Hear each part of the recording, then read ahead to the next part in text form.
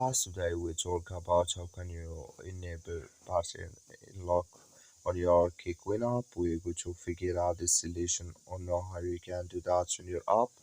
All you have to do, you just go above this photo in this sign, click on it here, and it's going to take you to this list. And all you have to do now, just click on security. So when you click on security, it's going to take you to this list here. Then all you have to do, just you go down, you come here to pattern and lock, you click in this sign here.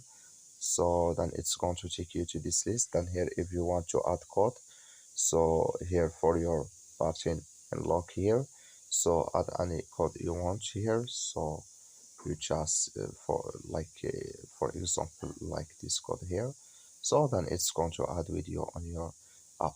So you add it again, then it's going to confirm with you.